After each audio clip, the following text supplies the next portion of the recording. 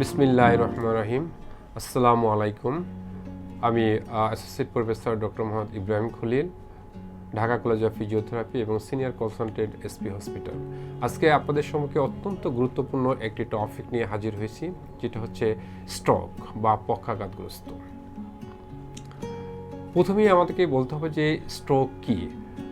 World health অর্গানাইজেশনের সংজ্ঞা মতে the stroke is the sudden sign of focal or global disturbance of cerebral function lasting more than 24 hours or leading to death with no apparent causes of cerebral vascular origin.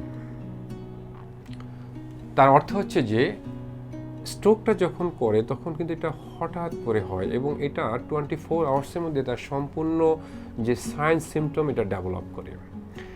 যেমন একটা পেশেন্টে আসলে যে স্ট্রোকটা সেটা কেন করে বা কি কারণে হচ্ছে। আমরা জানি যে হাই প্রেশার একটা অন্যতম কারণ। যারা চেইন স্মোকার তাদের এটা হতে পারে, হাই কোলেস্টেরল লেভেল যাদের বেশি আছে তাদের হতে পারে, এবং যাদের ওবেস পারসন বা ওভারওয়েট তাদের ক্ষেত্রে হতে পারে, এবং যদি হেরিডি ক্যারেক্টারিস্টিক্স থাকে বা জিনগত অথবা বংশগত কারণে এরকম থাকে যে হাই প্রেশার, সেক্ষেত্রেও কিন্তু এরকম হতে পারে। আর সবচেয়ে ইম্পর্টেন্ট যেটা সেটা হচ্ছে ফিজিক্যাল অ্যাক্টিভিটিস। আমরা লক্ষ্য করেছি যে প্রায়শই আসলে ফিজিক্যাল অ্যাক্টিভিটিসে না হওয়ার জন্য আমাদের কিন্তু যে আমরা যা কিছু খাচ্ছি না কেন এটা কিন্তু বার্ন হচ্ছে না, প্রচুর পরিমাণে আমাদের বডিতে জমে আছে, যেমন কোলেস্টেরল লেভেলটা তার মধ্যে অন্যতম। তো এখন কি কারণে হয়, এটা আসলে দুইভাবে ডেভেলপড হয়। একটা হচ্ছে যে আমাদের ব্রেনের যে রক্ত চলাচল সেটা যখন ব্লক হয়ে যায়, অথবা রক্ত চলাচল করার সময় যদি কোনো আর্টারি ছিঁড়ে যায়, টিয়ারিং অফ দ্য ভাস্কুলার, তখন কিন্তু এটা হতে পারে সেখানে হেমাটোমা ফর্মেশন হয় এবং পরবর্তী যে সার্কুলেশনটা সেটা কিন্তু বন্ধ হয়ে যায় এবং নিউরোলজিক্যাল তখন সাইন বা ফোকাল ডেভেলপড হয়। তো ফার্স্টলি আমাকে জানা দরকার যে একটা স্ট্রোক যখন করে তখন আসলে তার প্রাথমিক কি সাইন দেখে আমরা বুঝবো যে আসলেই এই লোকটা স্ট্রোক করেছে। সেক্ষেত্রে খুব সহজ একটা যে আইডেন্টিফাই করার জন্য একটা ল্যান্ডমার্ক হচ্ছে ফাস্ট, FAST। ফাস্ট মানে এটা আইডেন্টিফাই করতেছে যে ফেস, অর্থাৎ আমাদের মুখের দিকে তাকাই তাহলে আমরা দেখব যে এটা ড্রপিং অফ দ্য এক সাইডে, যেই সাইডে স্ট্রোকটা করবে সেই সাইডে মুখটা বেঁকে যাবে, ড্রপিং হয়ে যাবে। হাসতে বলে দেখা যাবে তার মুখ অন্যদিকে মাসেলগুলি টানতেছে যেদিকে মাসেলটা স্ট্রং। এবং এর আগে একটু বলে নিই যে আসলে স্ট্রোক করলে আসলে যেটা হয় সেটা হচ্ছে তার যে কোনো একটা সাইড প্যারালাইসিস বা প্যারালিসিস হয়ে যায়।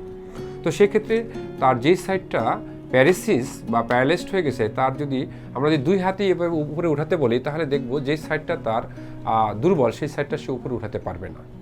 তারপরে তার স্পিচের সমস্যা হবে এবং এই ক্ষেত্রে কিন্তু খুব দ্রুত যেটা দরকার সেটা হচ্ছে যে দ্রুত কল করে 911 কল করে হসপিটালাইজেশন করা দরকার।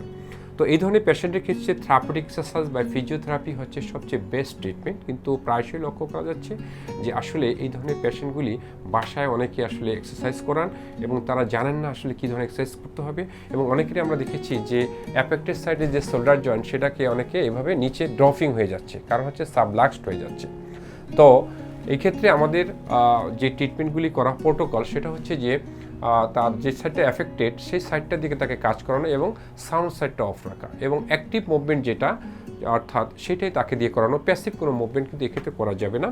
এবং অত্যাধুনিক যে যন্ত্রপাতিগুলি আছে সেগুলোর মাধ্যমে নিউরোপ্লাস্টিসিটি ডেভেলপমেন্টের মাধ্যমে কিন্তু তার এই নিউরন সেলগুলি আবার রিজেনারেশন করা হয়। তার মধ্যে যেমন একটি মেশিন আমাদের এসপি হসপিটালে খুব বহুল পরিচালিত, সেটা হচ্ছে TMS, ট্রান্সক্র্যানিয়াল ম্যাগনেটিক স্টিমুলেশন, যেখানে সরাসরি স্পেশালাইজড বা বিশেষজ্ঞ ফিজিওথেরাপিস্টের তত্ত্বাবধানে এক্সপার্ট টিমের মাধ্যমে হলিস্টিক অ্যাপ্রোচের মাধ্যমে ট্রিটমেন্ট করা হয়ে থাকে। এবং আমাদের এক্ষেত্রে আমরা সাধারণত 1 থেকে 1.5 মাস এই হসপিটালে ভর্তি রেখে তাকে কিন্তু তার যে অবস্থায় আসুক না কেন তাকে হাঁটানোর সক্ষমতা গড়ে তুলতে সক্ষম হই। আজকে তাহলে এই পর্যন্তই।